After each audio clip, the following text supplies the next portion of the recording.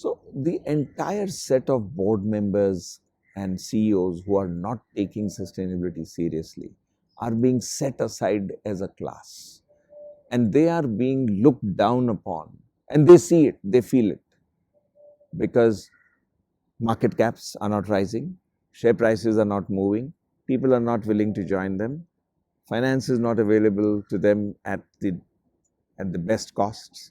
All of these effects, they are now actually becoming visible, and they are seeing it and feeling it. And therefore, there is that big incentive to change and transform their own mindsets. So even people who were absolutely resistant and said, no, we will go and make oil successful over a long period of time, have all committed to energy transition. One of the most sought after committees to be on today is the Corporate Social Responsibility Committee, because all those committees are getting renamed as either sustainability committees or ESG committees. For example, at Torrent, we call it the CSR and Sustainability Committee. At Larsen & Toubro Finance Holdings, we call it the CSR and ESG Committee. So the entire focus of the CSR committees is changing, and therefore leadership and the most senior members of the board are now coming on to the sustainability stroke ESG committees. ESG is absolutely a revolution. The world has seen $35 trillion of investment going into ESG related activities, and that is growing at a rapid pace. In India, this year alone, we have raised more than $3 billion in terms of green bonds and green finance. And that is also rising at a very frantic pace. If you are carbon negative, you could be incurring lesser cost in the overall impact over a period of time.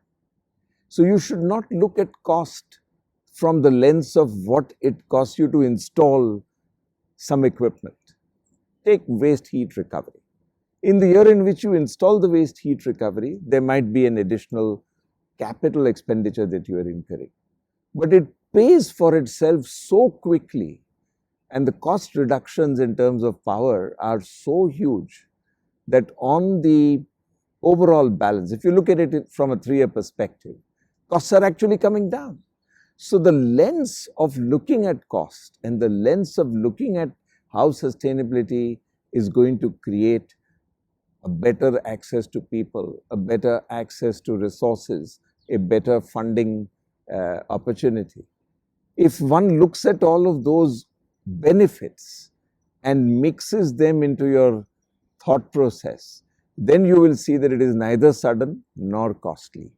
Today, the world knows how to get sustainable at a lower cost than operating in a negligent, risky manner as we used to do. I think the setting up of the Value Reporting Foundation in the US and the imminent establishment of the Sustainability Standards Board in United Kingdom, in England, which is going to be a subset of the International Accounting Standards Board.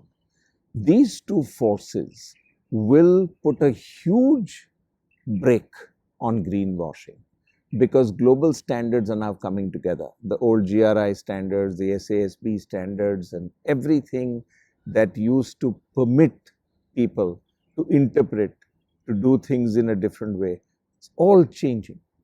And it's all coming into global framework setting, into standards, and therefore there will have to be compliance of a very high order, which will not permit greenwashing. Also, the world has shown that if you are caught greenwashing, the heavy penalty on your market cap is imposed instantaneously by the markets. Several instances of this kind have come up. Take Volkswagen. They lost a huge quantum of their market cap the minute their emissions issue became known to the world. And so the whole idea of greenwashing is now being seen at board levels particularly with great deal of care, and therefore I think it is on a wane. because people have realized it doesn't make sense. The world is too transparent. There's no place to hide. You'll get discovered and you'll get punished. And it's not as if you'll have a long process of punishment. Market cap will immediately create the punishment. You know, I'm seeing energy transitions at huge scale. We just saw that the foundation stone was laid for the largest solar and wind initiative in the world, in India, in the run of Kutch. The desert is going to become the source of solar and wind power over the next 3 years. And we are not talking about small chunks of energy. We are talking about gigawatts of energy getting generated from solar and wind. That energy transition is happening in a big way. The entire grid will be supplied by renewable power. And these initiatives are being taken across the board, across the whole world. It's not as if India is the only place. China has shown us the way. US is putting huge effort and investment. Part of this whole infrastructure investment commitment of President Joe Biden is renewables in a big way, solar and wind. And so across the globe, energy transition is happening. Let's take EV vehicles. I don't think anybody in their right mind today would want to buy their next vehicle which is not EV. And large commitments are being made to issues such as enabling power to be, or battery recharging to happen at scale all across every geography. So if you take these two big chunks and then you take land transitioning, huge attention is being paid to what do we do to make sure that land usage transitions in a way that sustainability will be supported and methane gas emissions will be reduced. So on all cylinders, the world has discovered what needs to be done at scale to reduce the carbon footprint. To me, that gives the greatest thrust, because people are now beginning to see the cost equations shift. They are beginning to see the value coming in. They are beginning to see the rewards coming in. Better people, better access to money, better feeling. You're breathing cleaner air. It's just right there in front of you. Ritu Kant, this is an absolute clear trend. It is going to be a flight to sustainability. Just as we had a flight to quality a few years ago, you remember? Everybody got onto the quality bandwagon. Today, everybody is seriously contemplating how to get onto the sustainability issue, because that is an existential issue. It is far more important than any other issue we've dealt with. Okay, I'll share with you 5 or 6 clear instances. So let's take fly ash. Fly ash is a residue that gets generated from generating coal power, right? If it flies out into the air, it is highly damaging to the lungs of the people who breathe in that dirty air. So what did the cement industry think of doing?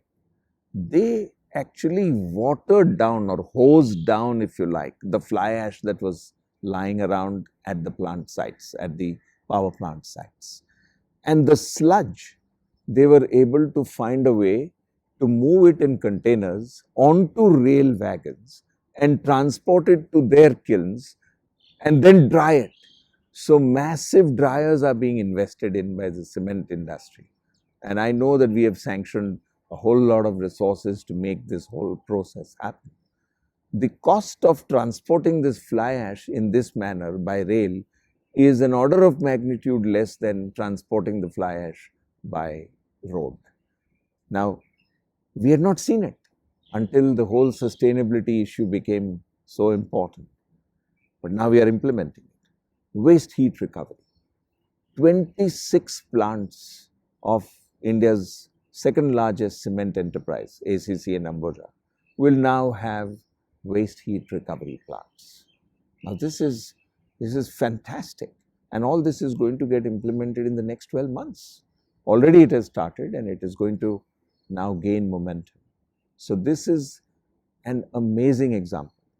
Take what Torrent did to deworm entire districts and get the health of the youngsters up, so that the parents who were working in the factories did not have the destruction. So this is the S part, the your social responsibility part, which demonstrably got changed just because this huge program of deworming actually got put in place. Or take the establishment of schools and relearning, retraining.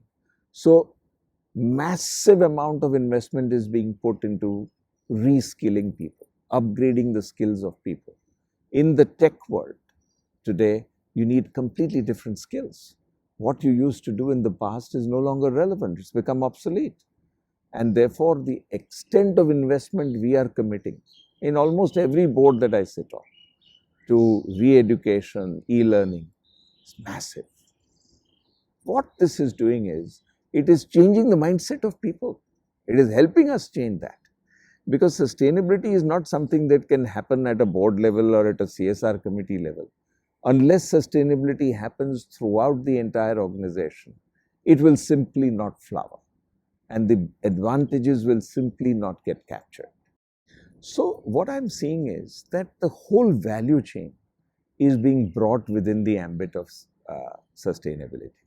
So the entire set of SMEs which are supplying goods and services to the big boys are being helped, assisted, encouraged, incentivized by the big boys to get into the whole sustainability fray. And that is having a transformational effect, because now the MSME is thinking that if I don't rise up to this, I may lose my business. And so that's one. And they're also seeing, my God, by doing this, I'm gaining so much. My profit margins are improving. They have got onto the innovation path. So I see this wonderful virtuous cycle developing between the large parts of the industry and the MSMEs in a symbiotic, synergistic, full value chain kind of manner, which is transforming the way sustainability is actually getting into practice.